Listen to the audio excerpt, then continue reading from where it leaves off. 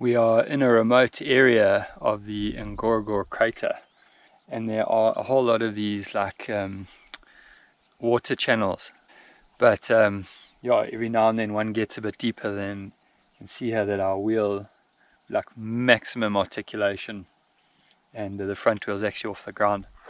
And it's in cases like this where I'm really grateful that we've got very good suspension, because the articulation and the reach on these old man emus is just amazing. It really is cool to see them working like this. And not just that, but we're pulling a trailer and often traveling at high speeds as well. So it's a great blend of great on-road, great on fast gravel, and then when it's getting a bit more serious, really good articulation. Absolutely mint.